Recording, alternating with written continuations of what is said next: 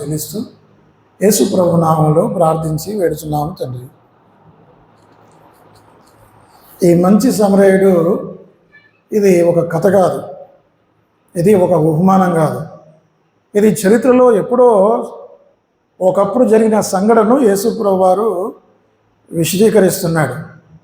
దీన్ని మన వాళ్ళు వక్రీకరిస్తున్నారు. అందులో ఉన్న అర్థాన్ని, పరమార్థాన్ని పక్కన పెట్టి కబుర్లు చెప్పి దాన్ని ఇంకొక రకంగా చెబుతున్నారు. ఒక వ్యక్తి అంటే మరి పాపి అని, యెరూషలేము అంటే అది పుణ్యస్థలమని, ఎరుకో అంటే పాడైపోయిన స్థలమని, ఆ పైనుంచి కిందికి దిగజారాడని, పాపంలో పడిపోయాడని, మరి దొంగలు వచ్చి సైతాను వచ్చి మరి దోచుకున్నాడని, తర్వాత అక్కడ ఒక యాజకుడు వచ్చాడు, లేవీలు వచ్చారు. యాజకులు అంటే ధర్మశాస్త్రం అని, లేవీలు అంటే బలులు అని. ఆ తర్వాత వారు సహాయం చేయకుండా విడిచిపెట్టి వెళ్ళిపోయారు. తర్వాత మంచి సమరయుడు యేసు ప్రభు అని ఆయన వచ్చి గాయాలు కట్టి పుటకుల్లవానికి ఇచ్చి 2 దేనారాలు ధర్మశాస్త్రం, కొత్త నిబంధన పాత నిబంధన అని చెప్తున్నారు. అది కాదు చెప్పాల్సింది. పోయిన వారం బ్రదర్ కూడా అదే చెప్పాడు. చాలా విచారం అనిపించింది నాకు. అయితే సందర్భానుసారంగా మనం చెప్పాలి. ప్రతిదాన్ని ద్వారా ఒక మరి కథలల్లి అలా చెప్పడం సరైనది కాదు. వాక్యాన్ని మిస్ఇంటర్ప్రిట్ చేయకూడదు. అర్థమైందండి? ఆ సందర్భంలో అది ఏం చెప్తుంది అన్నది అది మిస్ అయిపోయింది. చెప్పాల్సింది చెప్పకుండా చెప్పకూడనివన్నీ ఊహించుకొని చెప్తున్నారు. చాలా బాధపడుతున్నా చాలామంది ఈ వాక్యం గురించి ఇలాగే బోధిస్తారు.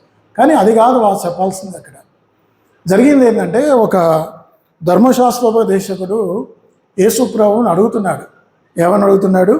ప్రభువా, నిత్య జీవానికి వారసునగుటకు నేను ఏం చేయాలి? ఈనాడు మానవాళిని పట్టి పీడిస్తున్న ప్రశ్న ఏమిటంటే, మోక్షం, పరలోక రాజ్యం ఎలా వెళ్ళాలి అనేది చాలామంది లోకంలో రకరకాల మతాలు, రకరకాల తత్వాలు, వేదాంతాలు మరి ఎన్నెన్నో చెప్తున్నాయి. కానీ పరలోక రాజ్యం ఎలా వెళ్ళాలి అన్నది ప్రశ్న. ఈ ప్రశ్న యేసు ప్రభు వారిని ఇద్దరు అడిగాడు. మరి మార్కు సువార్త 10వ అధ్యాయంలో ఒక యవనస్తుడు అడిగాడు. లూకా సువార్త 10వ అధ్యాయంలో కూడా మరొక ధర్మశాస్త్రోపదేశుడు అడిగాడు. అదేవిధంగా అపోస్తుల కార్యములు 16వ అధ్యాయంలో చెరసాల నాయకుడు కూడా అడిగాడు ఇదే ప్రశ్న. ప్రశ్నలు ఎవరైనా సమాధానం ఒకటే. ఇక్కడ ప్రశ్న ఏమిటంటే, బోధకుడా, నిత్య జీవనకు వారసునగుటకు నేనేమి చేయవలెను? అంటే పరలోకం పొందాలంటే మరి పరలోకం ఎలా అంటే ఏదైనా చేస్తే పరలోకం వస్తుందని అది అర్థం, అంతే కదా? ఇప్పుడు నిత్య జీవం పొందడానికి నేనేం చేయాలి అంటే ఆ ఉద్దేశం ఏంటి అంటే ఏదో ఒకటి చేస్తే కానీ పరలోకం వెళ్ళరు అని అర్థం. కానీ బైబిల్ అలా చెప్పట్లేదు. ధర్మశాస్త్ర సంబంధమైన క్రియల మూలంగా ఏ వ్యక్తి నీతిమంతుడిగా తీర్చబడు, పరలోకానికి వెళ్ళాడు. అయితే ఈ వ్యక్తి ప్రశ్న మంచిదే, కానీ ఉద్దేశం చెడ్డది. The question is right question, a right question with bad motive అంటారు దీన్ని. ఇంగ్లీష్లో ఏమంటారు? A right question with bad motive. Yesu ప్రభు వారిని శోధించుతూ అడిగాడు అతను. ప్రశ్న మంచిదే, కానీ అడిగే ఉద్దేశం చెడ్డది. కొన్నిసార్లు మనం కూడా ఇట్లా అడుగుతాం. సరైన ప్రశ్నను సరైన ఉద్దేశంతో సరైన వ్యక్తిని అడగాలి. సరైన వ్యక్తిని అడిగాడు, సరైన ప్రశ్న అడిగాడు, తప్పుడు ఉద్దేశంతో అడిగాడు. అప్పుడు యేసు ప్రభు వారు ఏం చేస్తాడు? యేసు ప్రభు వారు ప్రశ్నకు సమాధానం చెప్తాడా? ప్రశ్నకు ప్రశ్నే సమాధానం. అదే ఆయన పద్ధతి. యేసు ప్రభు వారు మనుషులను ట్యాకిల్ చేసే విధానం ఏంటంటే, ఒక వ్యక్తి ప్రశ్న అడిగితే ఈయన ఇంకొక ప్రశ్న అడిగి ఆ ప్రశ్నకు ప్రశ్న సమాధానం. ఇప్పుడు ఆయన ప్రశ్న అడిగాడు, బోధకుడా, నిత్య జీవానికి నేను పోవాలంటే నేనేం చేయాలి? అప్పుడు యేసు ప్రభు వారు ఆయన సమాధానం ప్రశ్నలో ఉంది, ప్రశ్న రీతిగా చెప్పాడు. 27వ వచనం, అతడు నీ దేవుడైన ప్రభువును నీ పూర్ణ హృదయంతోనూ, నీ పూర్ణ మనసుతోనూ, నీ పూర్ణ శక్తితోనూ, నీ పూర్ణ వివేకంతోనూ ప్రేమింపవలననియు, నిన్ను వలె నీ పొరుగువారిని ప్రేమింపవలననియు వ్రాయబడి ఉన్నదని చెప్పాను. చాలా బాగా చెప్పాడు. ధర్మశాస్త్రాన్ని 2 ముక్కల్లో 2 ఆజ్ఞల్లో చెప్పాడు. 10 ఆజ్ఞలు ఏం చెప్పాడు? 10 ఆజ్ఞలు 2 ఆజ్ఞలు కుదించాడు. మొదటి 4 ఆజ్ఞలు దేవునికి సంబంధించినవి, నీ దేవుని ప్రేమించమని ఇచ్చారు. చివరి 6 ఆజ్ఞలు మనుషులకు సంబంధించినవి. అంటే మనం దేవుణ్ణి ప్రేమించాలి, మనుషుల్ని ప్రేమించాలి. 10 ఆజ్ఞలు 2 ఆజ్ఞల గురించి బాగా చెప్పాడు. అయితే ఇప్పుడు యేసుప్రభు అన్నాడు, మరి నువ్వు చెప్తున్నావు కానీ అలాగ చేస్తున్నావా? 28వ వచనం, నీవు సరిగా ఉత్తరం ఇచ్చితివి, అలాగు చేయము, అప్పుడు జీవించుదని అతనితో చెప్పాను. అది అలాగూ చేయాలి, అలాగూ చేయమని చెప్తున్నాడు. ఇప్పుడు ఇతను అక్కడి నుంచి ఆగి మరి ఆగాలి కదా, మళ్ళీ యేసుప్రభుని మళ్ళీ టెంప్ట్ చేస్తున్నాడు. ఇంకో ప్రశ్న అడిగాడు. కొంతమంది అధిక తెలివి చూపిస్తుంటారు కదా, ఏమిటి ఈయన చూపించిన ఈ చావు తెలివి అంటే, ఈయన మళ్ళీ ఇంకో ప్రశ్న ఏమడిగాడు? 29, అయితే తాను నీతిమంతుడైనట్టు కనబరుచుకునగోరి అతడు అవును కానీ నా పొరుగువాడు ఎవడని యేసును అడిగాను. ధర్మశాస్త్రోపదేశకునికి పొరుగువాడు ఎవడో తెలియదా?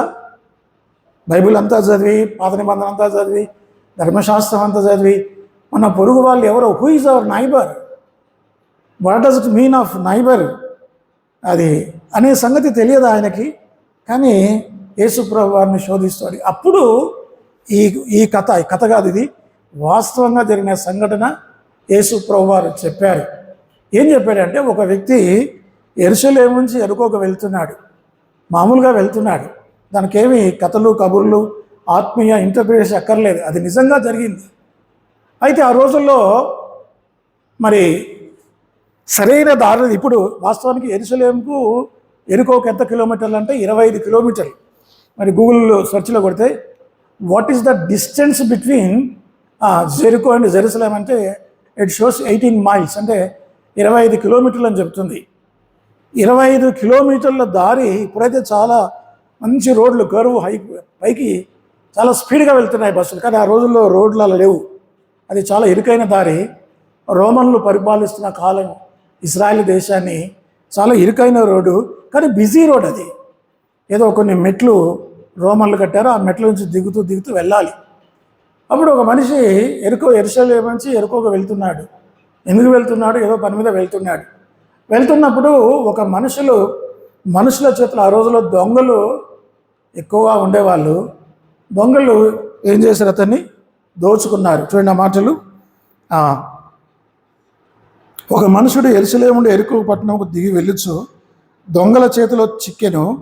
వారు అతని బట్టలు దోచుకొని అతని కొట్టి కొర ప్రాణంతో విడిచిపోయిరి. చూసారా, కొర ప్రాణంతో విడిచిపెట్టి వెళ్ళిపోయారు. అది పరిస్థితి. సరే, దీనికంటే ముందు నేను చెప్తాను, యేసు ప్రభువు ధర్మశాస్త్రాన్ని గురించి ఎందుకు చెప్పాడు? అయ్యా, రక్షణ పొందడానికి నేను ఏం చేయాలి అని ప్రభువుని అడిగినప్పుడు ప్రభు ఏం చేయాలి? నా యందు విశ్వాసం ఉంచు, నీకు రక్షణ వస్తుంది, నువ్వు పరలోకం వెళ్తావని చెప్పాలి. ఇప్పుడు మత్తయి సువార్త మార్కు 10లో చెప్పినట్టు, నీవు వెళ్ళి నీకున్నదాన్ని అమ్మి బీదలకు ఇమ్ము, నీవు వచ్చి నన్ను వెంబడించమని చెప్పాలి వాస్తవానికి. కానీ యేసుప్రభు ఏం చెప్పాడంటే, ధర్మశాస్త్రంలో ఏముంది, నువ్వు ఏం చదువుతున్నావు అన్నాడు. అంటే ధర్మశాస్త్రం ఒక వ్యక్తిని రక్షిస్తుందా? చెప్పండి, రక్షించదు. మరి ఎందుకు యేసుప్రభు వారు ధర్మశాస్త్రం గురించి మాట్లాడంటే, ధర్మశాస్త్రం ఏం చేస్తుందంటే నీవు పాపివని చెప్తుంది. ఇప్పుడు అద్దం ఉంది, అద్దం తీసుకొచ్చి నీకు ఇస్తే అద్దం నీ ముఖంలో ఉన్న ఈ కురూపులు, మచ్చలు, డాగులు అది చూపిస్తుంది, కానీ అంతకుమించి ఏం చేయలేదు. అద్దం వచ్చి దానంతలో వచ్చి అనేది క్లీన్ చేయదు, మందు పెట్టదు, ఆయింట్మెంట్ పెట్టదు, శుభ్రం చేయదు. అద్దం ఏం చేస్తుంది? జస్ట్ ఉన్నట్టుగా చూపిస్తుంది. ఇప్పుడు నా ముఖం కురూపిగా ఉందని నేను తెలుసుకుంటే అప్పుడు డాక్టర్ దగ్గరికి వెళ్ళాలి. నేను డాక్టర్ దగ్గరికి వెళ్ళాలంటే నా ముఖము బాగలేదు, నాకు వికారంగా ఉంది, నాకు ఆరోగ్యం బాగాలేదని నేను తెలుసుకుంటే అప్పుడు డాక్టర్ దగ్గరికి వెళ్తాను. కానీ నాకు ఆరోగ్యం బాగాలేదని చెప్పేది ఎవరంటే అర్థం ధర్మశాస్త్రం. నేను పాపిని చెప్పేది ధర్మశాస్త్రం. ధర్మశాస్త్రం దగ్గరికి నువ్వు వెళ్ళకపోతే నువ్వు పాపివని నువ్వు గ్రహించలేవు. ఎక్కడైతే నువ్వు పాపివని తెలుసుకుంటావో అప్పుడు యేసు ప్రభు దగ్గరికి వెళ్ళాలి. యేసు ప్రభు దగ్గరికి వెళ్ళకముందు మనం ఎక్కడికి వెళ్ళాలి? మనం ఇక్కడ ఉన్నాం, ఇక్కడ నుంచి ఇట్లా కరువుగా వెళ్ళి అటు వెళ్ళాలి. అంటే ధర్మశాస్త్రాన్ని టచ్ చేసి అక్కడ నుంచి యేసు ప్రభు దగ్గరికి వెళ్ళాలి. ఎందుకు ధర్మశాస్త్రాన్ని టచ్ చేయాలంటే ధర్మశాస్త్రం పాపం అంటే ఏమిటో చెప్తుంది. ఒకవేళ బైబిల్లో ధర్మశాస్త్రమే కనుక లేకపోతే అబద్ధం అనేది పాపం అనేది నాకు తెలియదు. అబద్ధం ఆడరాదు అనేది బైబిల్లో ఉంది కాబట్టి వింటున్నారా? మొబైల్ ఆడకు. పాప నువ్వు కూడా మొబైల్ ఆడకు, సంజా తీసే, close it. Don't bring mobiles. ఎప్పుడు always you play with mobiles. Why? నువ్వు తీసే, క్లోజ్. ఓకే. ఈ ధర్మశాస్త్రం ఏం చెప్తుందంటే గలతీ 2వ అధ్యాయం 16వ వచనం చదవండి. గలతీ 2వ అధ్యాయం, గలతీ 2:16 చదవండి త్వరగా. గలతీ 2:15 మనము జన్మలము వల్ల యోధులమే కానీ అన్యాజనులలో చేరిన పాపులము కాము. మనుషుడు యేసుక్రీస్తునందలి విశ్వాసములోనే ధర్మశాస్త్ర సంబంధమైన క్రియ మూలమున నీతిమంతుడిగా తీర్చుబడి ఎరిగి మనమును ధర్మశాస్త్ర సంబంధమైన క్రియల పదార్థ చదువుతాను. ధర్మశాస్త్ర సంబంధ క్రియల మూలముగా క్రీస్తునందలి విశ్వాసం వల్లనే మనము నీతిమంతులుగా తీర్చబడతాము. బైబిల్ ఇంత స్పష్టంగా చెప్తుంది. ఏమని చెప్తుందంటే ధర్మశాస్త్ర సంబంధం మూలంగా ఏ మనిషి కూడా నీతిమంతుడిగా తీర్చబడడు. ధర్మశాస్త్రానికి ఆ శక్తి లేదు. అదేవిధంగా 2:21 గలేషియన్స్ 2:21 నేను దేవుని కృపను నిరర్ధకము చేయను. నీతి ధర్మశాస్త్రం వలన అయితే ఆ పక్షమందు క్రీస్తు చనిపోయినది నిష్ప్రయోజనం. అంటే అర్థమైందంటే ధర్మశాస్త్రం వలన ప్రయోజనం లేదు. ఒకవేళ ధర్మశాస్త్రం వల్లనే ప్రయోజనం అంటే ఇంకా యేసుక్రీస్తు చనిపోవాల్సిన అవసరం లేదు. ధర్మశాస్త్రమే మళ్ళీ రక్షించాల్సిన పరిస్థితి ఉంటే ఇంకా యేసుక్రీస్తు ఎందుకు చనిపోవాలి? బైబిల్లో ఉంది. ధర్మశాస్త్రము దేన్ని చేయజాలకపోయానో క్రీస్తు దాన్ని చేసినని బైబిల్లో ఉంది. అయితే ఇప్పుడు మరి అట్లా అంటే ఇప్పుడు ధర్మశాస్త్రం ఎందుకు మీరు అడగవచ్చు. ధర్మశాస్త్రం ఎందుకంటే 3వ అధ్యాయం 21వ వచనం గలతీ 3:21 ధర్మశాస్త్రము దేవుని వాగ్దానములకు విరోధమైనదా? అట్లనరాదు. జీవింపచేయ శక్తి గల ధర్మశాస్త్రము ఇవ్వబడి ఉండేలా వాస్తవముగా ఎందుకు బాగా చదువుతున్నా నేను 24 చదువుతా, గమనించండి. 24 చదువుతా. కాబట్టి మనము విశ్వాస మూలమున నీతిమంతులమున తీర్చబడినట్లు క్రీస్తునకు మనల్ని నడిపించుటకు ధర్మశాస్త్రం మనకు బాల శిక్షకుడు అయ్యాను. ధర్మశాస్త్రం ఏం చేస్తుంది? అది మనకు బాల శిక్షకుడు అయ్యాడు. ధర్మశాస్త్రం మనకు ఏం చెప్తుందంటే మన పాపాలు తీసివేయదు. కానీ అదేవిధంగా రోమా 3:20 చదువుతున్నారా? రోమా 3:20 చదవండమ్మా.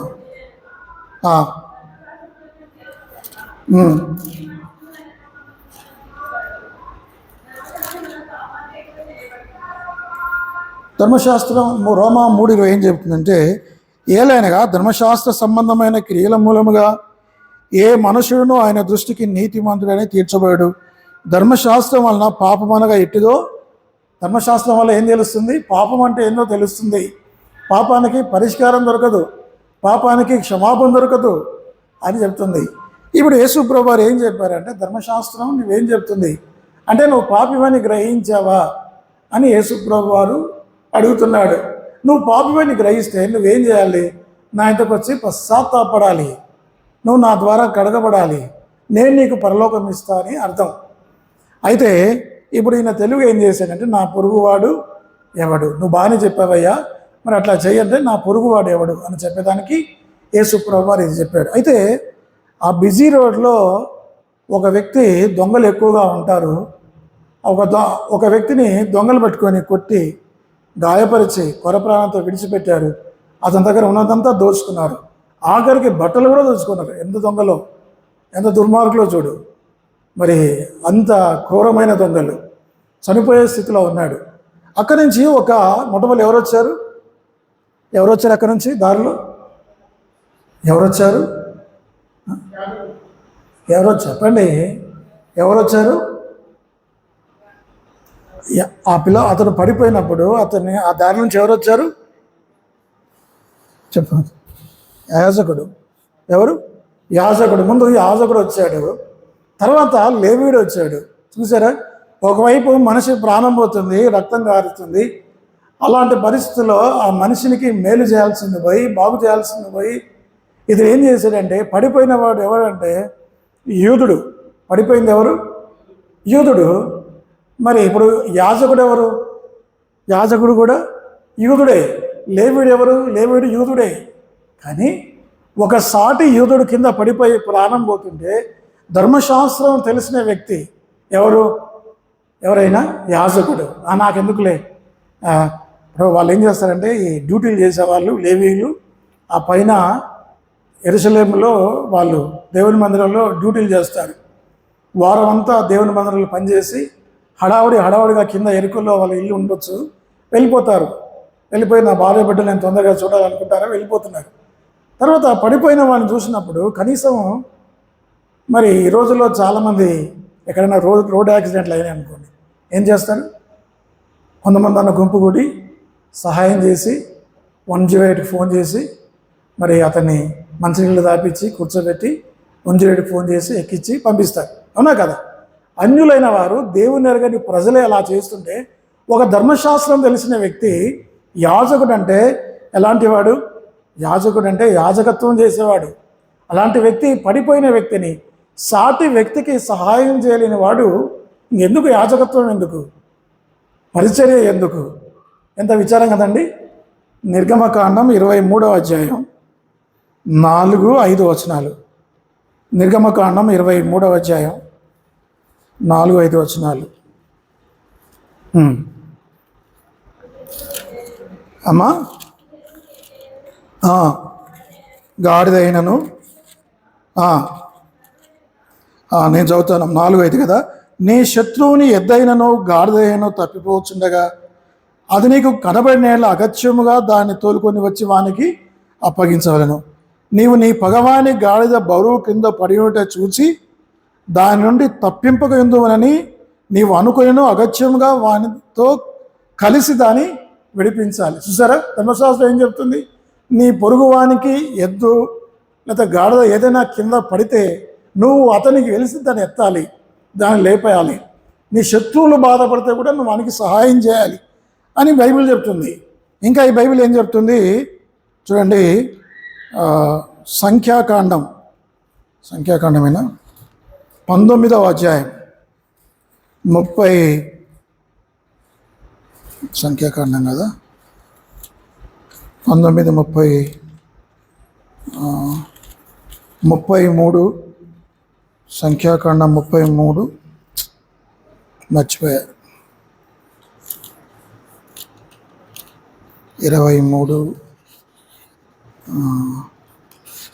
33 ఉందా?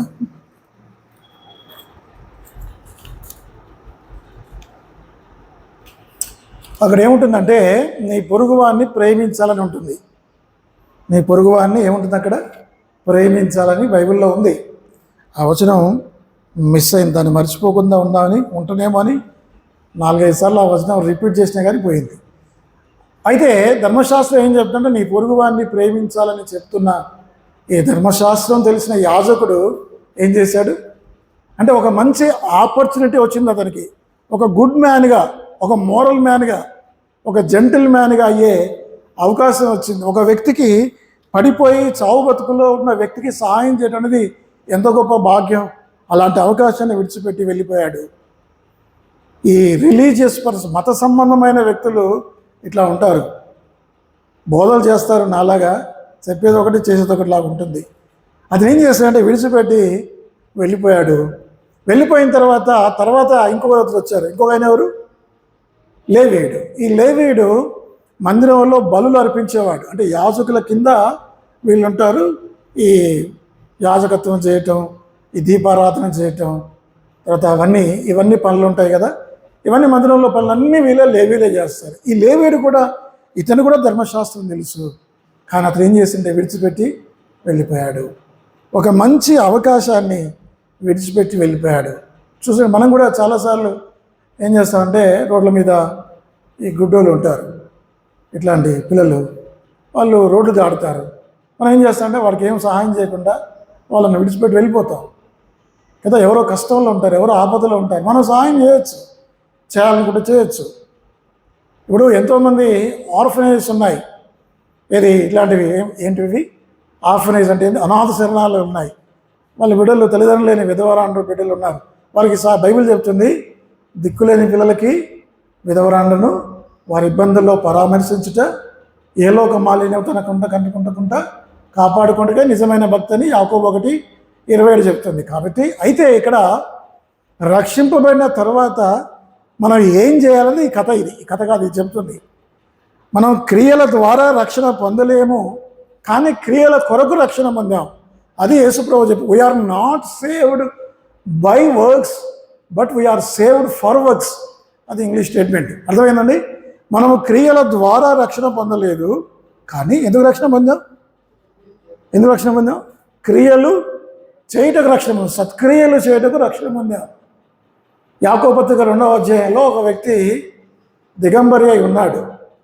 దిగంబరి ఉన్న వ్యక్తికి ఏమి ఇవ్వకుండా, ఆ మాట చదవండి. యాకోబు రాసిన పత్రిక 2వ అధ్యాయం, యాకోబు రాసిన పత్రిక 2వ అధ్యాయం 15వ వచనం. సహోదరుడైనను సహోదరి అయినను దిగంబరులై ఆనాటికి భోజనం లేక ఉన్నప్పుడు మీలో ఎవడైనా శరీరమునకు కావలసిన వాటిని ఇయ్యక సమాధానముగా వెళ్ళుడి, చలి కాచుకొనుడి, తృప్తి పొందునని చెప్పిన ఏమి ప్రయోజనము? అలాగే విశ్వాసము క్రియ లేనిదైతే అది ఒంటిగా ఉండి మృతమైనదగను. అయితే ఒకడు, నీకు విశ్వాసమున్నది, నాకు క్రియలున్నవి, క్రియలు లేకుండా నీ విశ్వాసం నాకు కనబరుచుము, నేను నా క్రియల చేత నా విశ్వాసం నీకు కనబడుతుందని చెప్పు. చూసారా? అంటే దీన్ని బట్టి క్రైస్తవులకు విశ్వాసం ఉంటే ఒకటే ఉంటే సరిపోదు. మనం ఎవరైనా సరే ఏదైనా సహాయం కోసం మన దగ్గరకు వచ్చారనుకోండి, జనరల్గా ఏం చెప్తారు? ఫస్ట్ చెప్పే మాట ఏం చెప్తారు? సాయం అంటే డబ్బు సాయం కాదు, ఏదైనా సరే మొట్టమొదటిగా పాస్టర్లు చెప్పే మాట ఏమిటి చెప్పండి? ఏమంటారు? పాస్టర్లు ఎవరైనా వచ్చి ఏదైనా చెప్తే వాళ్ళకి మొట్టమొదటిగా వాళ్ళ నోటి నుంచి వచ్చే మాట ఏమిటి? చెప్పు కరెక్టే, ప్రార్థన చేద్దాం. ఏం చేస్తాడట ఆయన? ప్రార్థన ప్రార్థించుదాం. దేవుని చిత్తము, ప్రార్థన, ఈ పదాలను అడ్డం పెట్టుకొని అవతల వ్యక్తికి సహాయం చేయకుండా ఉంటారు. అవతల వ్యక్తికి సహాయం చేయకుండా తప్పించుకోవాలంటే సాకులు ఏమిటంటే, ప్రార్థన చేద్దాం బ్రదర్, ప్రార్థన చేస్తాను బ్రదర్, దేవుడు నీకు సహాయం చేస్తాడు, చూద్దాం దేవుని చిత్తం అయితే.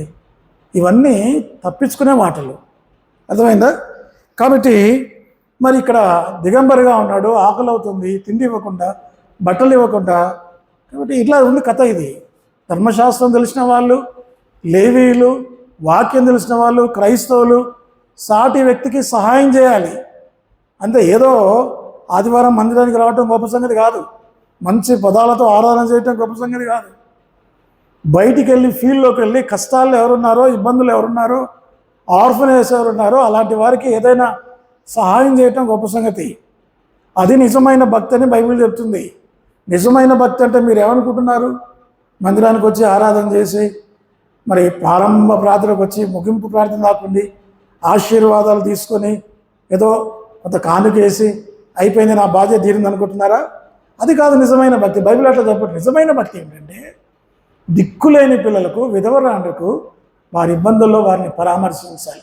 ఒక పడిపోయి చావు బతుకులో ఉన్న వ్యక్తిని మరి విడిచిపెట్టి వెళ్తున్నాడంటే ధర్మశాస్త్రోపదేశకుడు అతను నిజమైన యాజకుడా? అతను నిజమైన లేవీయుడా? అసలు లేవీల పని చేయటానికి, యాజకత్వం చేయడానికి అతనికి అర్హత ఉందా? క్రియలు లేని విశ్వాసం మృతమని బైబిల్ చెబుతుంది. ఒక మంచి అవకాశాన్ని పోగొట్టుకున్నాడు. అది చాలా విచారం. మన దగ్గర కొన్నిసార్లు దేవుడు మనకు కొన్ని అవకాశాలు ఇస్తాడు. ఏం అవకాశాలు ఇస్తాడు? మేలు చేసే అవకాశాలు ఇస్తాడు. బైబిల్లో ఉంది, మేలైనది చేయనెరిగేండి అలాగూ చేయని వానికి పాపం. ఇప్పుడు లేవీయుడు ఏం చేశాడు? పాపం చేశాడు. అంటే అతను అనుకుంటున్నాడు, నాకేమైందిలే.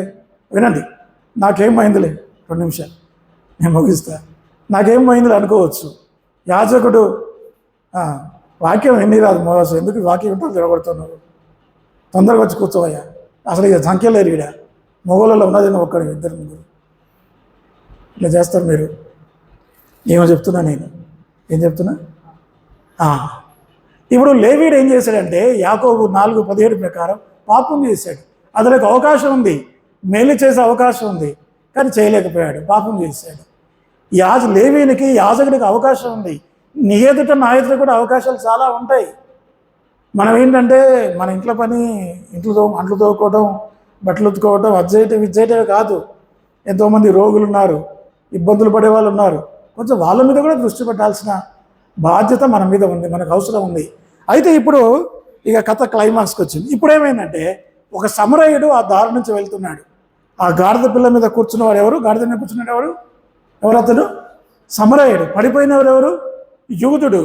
యూదులకు సమరయులకు శత్రుత్వం. ఒక యూదుడు సాటి యూదుని వెళ్ళిపోతే యూదులకు శత్రువు అయిన సమరయుడు యూదుని కాపాడాడు. ఇది గొప్ప సంగతి. అంటే నువ్వు మేలు చేయడానికి కులము, మతము, భాష అడ్డం ఏమీ రాదు. ఇప్పుడు భారతదేశంలో ఈ మధ్యలో ఒక ఆవిడ ఏదో ఆమె చాలా గొప్ప వ్యక్తి అని చెప్పి ఏదో గొప్పగా చేసిందని చెప్పి చేశారు. చేయగానే వెంటనే మనోళ్ళు ఏం చేశారంటే మొత్తం ఎంటైర్ భారతదేశంలో గూగుల్ సెర్చ్ చెప్తుంది, అలా టక్ చేసి ఆమెది ఏ కులం, ఈమెది ఎవరు, ఈమె మన కులమా కాదా? ఎంత దౌర్భాగ్యమైన స్థితి ఈ భారతదేశం స్థితి, దిక్కుమాలిన స్థితి. కాబట్టి ఇది మనోడైతే బైబిల్లో మన క్రైస్తవులకు ఇలాంటి పదాలు వాడకూడదు. మనోడు, అవతలోడు కాదు. ఆపదలో ఎవడు ఉండే వాడు మనోడు. నీ పొరుగువాడు ఎవడు అంటే ఎవరికైతే నీ అవసరం ఉందో వాడే పొరుగువాడు. అర్థమైందే కదా? ఈ సమరయుడు ఏం చేశాడంటే అక్కడ ఆపి, ఇప్పుడు ఈ లేవీయులు యాజకులు ఎందుకు వెళ్ళిపోయారో తెలుసా మీకు? ఇంకో కారణం చెప్తాను ఎందుకు వెళ్ళిపోయారు అంటే అప్పుడే ఫ్రెష్గా సంఘటన జరిగింది. నా మాటలు వింటున్నావా వంశీ? వింటున్నావా? అలర్ట్గా విను. అప్పుడే ఫ్రెష్గా జరిగింది ఆ సంఘటన. రక్తం కారుతుంది. అప్పుడే రక్తం కారుతుందంటే ఆ సంఘటన అర్థమైంది అంటే ఇప్పుడిప్పుడే జరిగింది. అంటే ఆ దొంగలు ఎక్కడున్నారు? ఇప్పుడు ఇక్కడెక్కడ చుట్టుపక్కల ఎక్కడో ఉన్నారు. నేను కనుక ఆగిదినా, ఎవరు యాజకుడు అనుకున్నాను, నేను ఇక్కడ ఆగిదినా, నేను ఆలస్యం చేస్తే దొంగలు వచ్చి నన్ను పట్టుకుంటారు, నా ప్రాణం పోతే నన్ను కొట్టుకుంటారని చెప్పి వాడు భయపడి వెళ్ళిపోయాడు. లేవీయుడే భయపడిపోయాడు. కానీ సమరయుడు నా ప్రాణం పోయినా పర్వాలేదు. చూసారా? అతనికి తెలుసు ఈ చుట్టుపక్కల దొంగలు ఉన్నారు, వాళ్ళు చూస్తున్నారు, ఇది ఇప్పుడు జరిగిన సంఘటనే, ప్రాణం పోయినా పర్వాలేదు. ఒక వ్యక్తికి సహాయం చేయటానికి, ఒక వ్యక్తి వల్ల ప్రేమ, జాలి చూపించడానికి, మరి అది ఎప్పుడు కూడా జాలి అనేది ప్రతిఫలాన్ని ఆశించదు. ఇప్పుడు సమరయుడు ఏం చేశాడు? అది చదవండి. సమరయుడు ఏం చేశాడమ్మా? చదవండి. అతన్ని చూచి, మళ్ళీ చదువు ఒక్కొక్క మాట. అతన్ని చూచి, ఆ వర్బ్స్ చూచి చదవండి. జాలిపడి, రెండవది దగ్గరికి పోయి,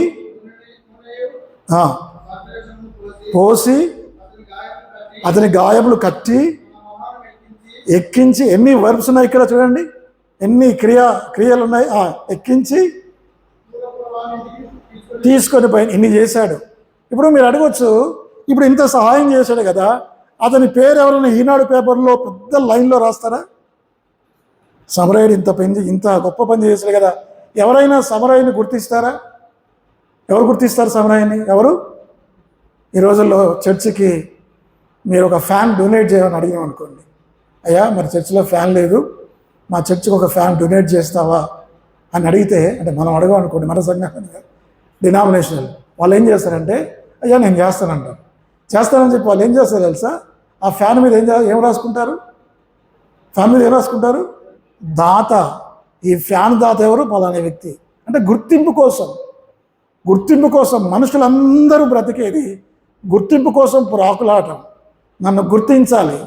ఏం చేయాలి? అవతల వ్యక్తులు నన్ను ఫీలింగ్ ఆఫ్ ఇంపార్టెన్స్, అది దీని అర్థం. నన్ను గుర్తించాలి. ఎవడు గుర్తిస్తాడు సమరయుణ్ణి? ఇప్పుడు సమరయుని గుర్తించి అతనికి ఏమైనా బహుమానం ఇస్తాడా? నిన్నగాక మనం ఏం జరిగిందంటే ఈ షాద్నగర్లో ఒక అగ్ని ప్రమాదం జరిగింది. తెలుసా మీకు? పేపర్లు చదవలేదు మీరు? ఈ డైలీ హంట్ చదవండి. రోజు యూట్యూబ్లో మామూలుగా మొబైల్లో డైలీ హంట్ యాప్ ఉంటుంది, దాన్ని డౌన్లోడ్ చేసుకొని చదవండి. వార్తా పేపర్ అదనం. అందులో ఏమొచ్చిందంటే చదివితే 15 మంది లోపల ఉన్నారు. చాలా తీవ్రమైన అగ్ని ప్రమాదం. ఈ అగ్ని ప్రమాదం ఏం జరుగుతున్నప్పుడు ఒక పిల్లవాడు, 15 ఏళ్ళ పిల్లవాడు అక్కడికి వచ్చాడు. వచ్చి చూస్తున్నప్పుడు ఏం చేయాలో అర్థం కాలేదు. అక్కడ చెట్టు ఉంది, చెట్టుపైకి ఎక్కాడు, ఒక తాడు తీసుకున్నాడు, చెట్టుపైకి ఎక్కి ఆ తాడుని అవతలకి వేశాడు. వేస్తే ఆ చెట్టు కడితే 15 మంది ఎక్కుకుంటూ బయటికి వచ్చారు.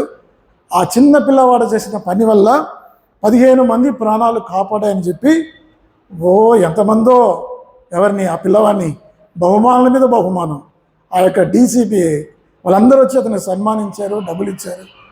అతను డబ్బులు ఇవ్వకపోతే అన్నాడు, నాకు డబ్బులు తీసుకోను, మా అమ్మ తిడుతుంది అని చెప్పారు. అంత గుర్తింపు ఉంటుంది. మరి ఇప్పుడు ఇతన్ని ఎవరు గుర్తిస్తారు? సమరయ్యని ఎవరు గుర్తిస్తారు? ఎవరు గుర్తించారు? గుర్తింపు కోసం సేవ చేయొద్దు. బైబిల్ చెప్తుంది, నీ కుడి చేతితో ఇచ్చింది నీ ఎడమ చేతికి తెలియకూడదు. మనుషుల నుంచి నువ్వు మెప్పును కోరుకోవద్దు. ఎవరి నుంచి మెప్పు కోరుకోవాలి? దేవుడి నుంచి మెప్పు కోరుకోవాలి. అయితే ఈ సమరయుడు ఏం చేశాడంటే, వెళ్ళాడు, ఆగాడు, నూనె పోసాడు, కట్లు కట్టాడు, తను తాను వెచ్చించుకున్నాడు, తను తాను వ్యయపరుచుకున్నాడు. తన ప్రాణాలు సైతం లెక్క చేయకుండా ఆ వ్యక్తిని తీసుకుని వచ్చి గాయాలు కట్టి పూటకున్న వాళ్ళకి చేర్చి అతనికి డబ్బులు ఇచ్చి, ఎవరైనా సహాయం చేస్తారా? డబ్బులు కూడా సహాయం చేస్తారా? ఎంత మంచివాడు ఈ సమరయుడు, చూసారా?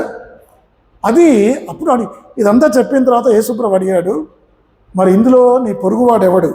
చూడండి, లూకాసు వార్త 10వ అధ్యాయం, లూకాసు వార్త 10వ అధ్యాయం యేసుప్రభువు చెప్పిన 36వ వచనం.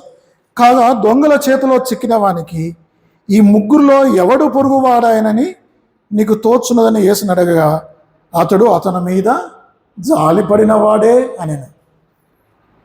అందుకు యేసు, నీవును వెళ్ళి అలాగూ చేయవు. ఈ కథలో లేదా కథ ఈ అంశంలో మనం నేర్చుకునేది ఏమిటి థీమ్ ఏమిటి? మనం అప్లికేషన్ పార్ట్ ఏమిటి? మనము వెళ్ళి అలాగూ చేయాలి. నీకు ఎక్కడైనా అవకాశం వస్తే అలా చేయండి. ఏదైనా మేలు చేసే అవకాశం దొరికితే చేయండి. చేస్తే మేలు చేయండి, కానీ కీడు చేయొద్దు, అపకారం చేయదు.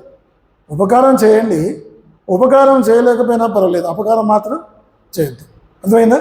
ఇప్పుడు యేసు ప్రభువారు ఎప్పుడైతే ఈ గుడ్ సమారిటన్ గురించి చెప్పాడో మీకు తెలుసా, ప్రపంచవ్యాప్తంగా కొన్ని వేల సంఖ్యలో, లక్షల సంఖ్యలో గుడ్ సమారిటన్ మీద ఆర్ఫనేజ్ వచ్చాయి, గుడ్ సమారిటన్ స్కూల్స్ వచ్చాయి, గుడ్ సమారిటన్ హాస్పిటల్స్ వచ్చాయి. కొన్ని వేల సంఖ్యలో గుడ్ సమారిటన్ యేసు ప్రభువారు చెప్పిన ఒక్క కథ ద్వారా, ఒక్క సంఘటన చెప్పాడు, అది వేల మందిని కదిలించింది, లక్షల మందిని కదిలించబడ్డారు. అర్థమైతే? జార్జ్ ముల్లర్ అనే ఒక వ్యక్తి ఇంగ్లాండ్ దేశంలో ఈ కథ చదివి యేసు ప్రభువారు చెప్పిన ఈ సంఘటన అతన్ని కదిలించి కొన్ని వేల మంది అనాథ పిల్లలను పోషించాడు. ఒక్కరిని కాదు, ఇద్దరిని కాదు, అనాథ శరణాలు కట్టించి గుడ్ సమారిటన్ అనే ఆర్ఫనేజ్ని పెట్టి కొన్ని వేల మందిని పోషించాడు. చూసారా? కాబట్టి నన్ను కదిలించాలి. మన దేవుని బిడ్డలుగా మన కర్తవ్యం ఏమిటంటే మనం మేలు చేయటం, ఇతరులకు సహాయం చేయటం, మన పొరుగు వారిని ప్రేమించడం అంటే మాటలతో కాదు, కబుర్లు కాదు, చలి కాచుకో, తృప్తిమో, అది కాదు. ఏం చేయాలంటే మరి దిగంబరికి ఏం చేయాలంటే బట్టలు ఇవ్వాలి, వస్త్రాలు ఇవ్వాలి, ఆహారం ఇవ్వాలి. ఆ విధంగా ఒక అవకాశాన్ని ఇస్తే అప్పుడు మనం గుడ్ క్రిస్టియన్గా భావించబడతాం. మంచి క్రైస్తవులుగా మనం ఎప్పుడు భావించబడతామంటే ఇలాంటి అవకాశాలు వచ్చినప్పుడు, ఇతరులకు మేలు చేసినప్పుడు ఆ విధంగా చేయబడతాం. యేసు ప్రభువారు ఏం చేశారు? ఆయన పరలోకాన్ని విడిచిపెట్టి భూమి మీదకి వచ్చాడు, పాపినైనా నా కొరకు ప్రాణం పెట్టాడు. మనం ఏం చేయాలంటే, మీకు యోహాను 3:16 తెలుసా? మీకు యోహాను 3:16 ఏముంటుంది చూడకండి. యోహాను 3:16 ఏమో దేవుడి లోకమును ఎంతో ప్రేమించను అని ఉంటుంది.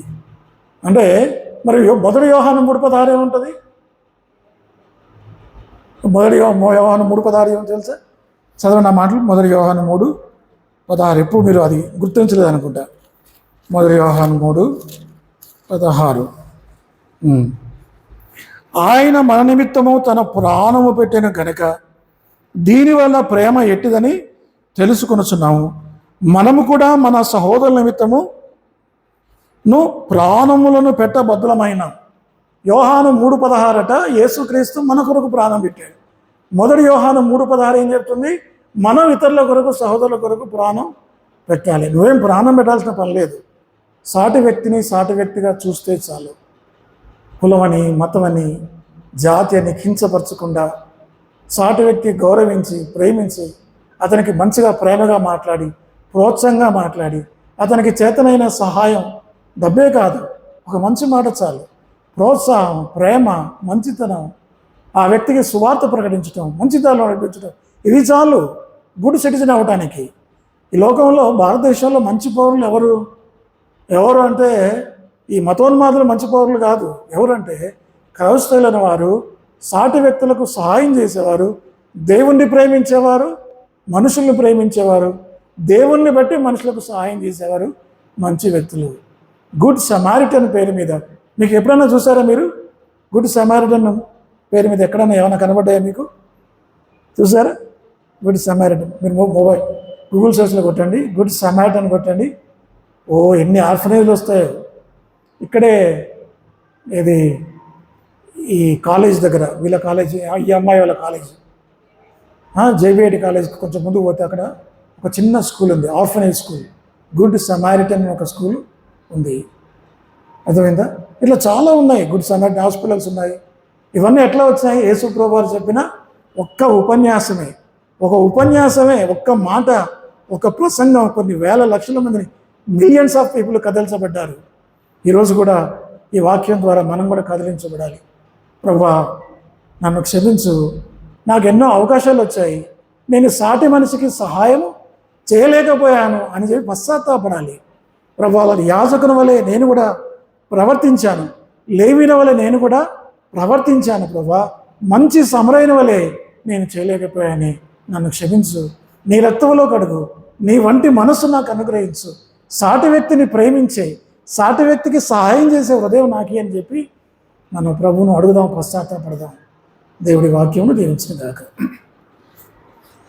ప్రార్థన చేద్దాం. పరలోకపు తండ్రి, వందనాలు, స్తోత్రాలు. మంచి సమరయుడు అనే ఈ యొక్క నిజ సంగతిలో అనేకమైన సత్యాలు మేము తెలుసుకున్నాం. ప్రభువా సాటి వారికి సహాయం చేసే మనసు మాకు లేకుండా ఎన్నో ఉపన్యాసాలు, ఎన్నో చేస్తున్నాం, ఎన్నో బోధలు చేస్తున్నాం, ఎన్నో వాక్యాలు చదువుతున్నాం, ఎంతో భక్తి పని చేస్తున్నాం, కానీ నిజమైన భక్తి మాలో లేదు.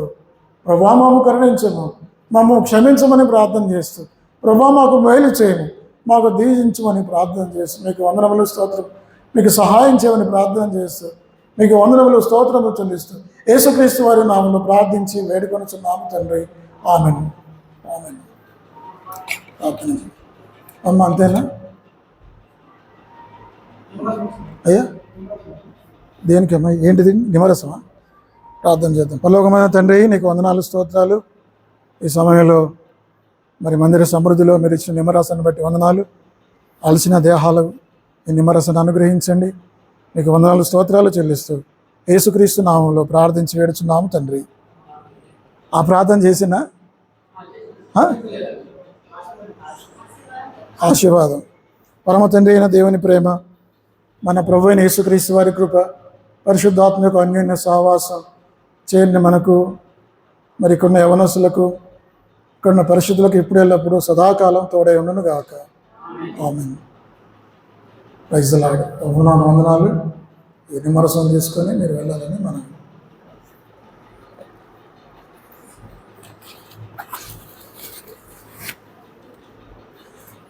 ఫుల్ బాగా అలసిపోయినాయి పొద్దు నుంచి నాన్ స్టాప్గా చర్చిలో ఉండేసరికి అలసిపోయాడు. అది తీసుకోరా, కింద పడితే తీసుకో. ఇంకోటి ఇస్తావా నాకు? ఇదైతే తాగిన తర్వాత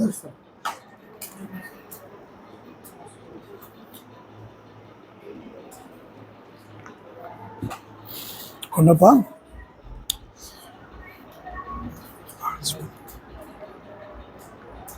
గుడ్. ఇలాంటి మంచి పనులు చేయాలి.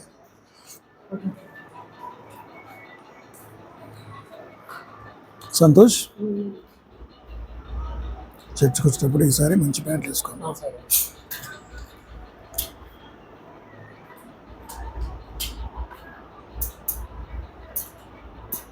వంశీ, ఆ పాట బాగా ఇష్టమా నీకు?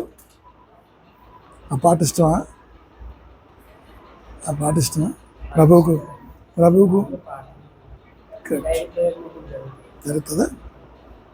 Very good.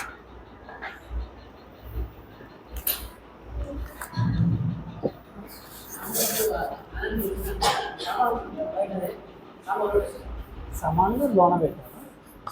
బయట పడాను.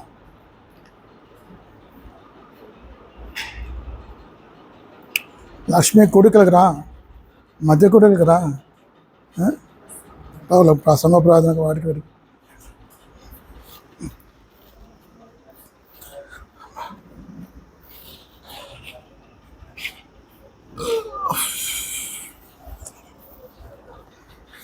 అరే నా మొబైల్ ఎక్కడ ఉందమ్మా?